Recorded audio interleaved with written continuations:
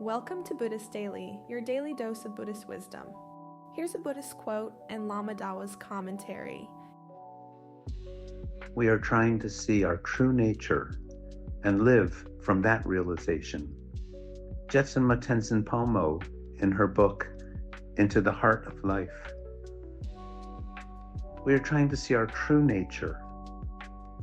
This means we are learning how to see clearly and objectively exactly what we are in the deepest sense, not what appears on the surface, not the face we show to the world, and not even this life of ours and the things we identify with, such as our parents, our country, our language, the things we like and dislike.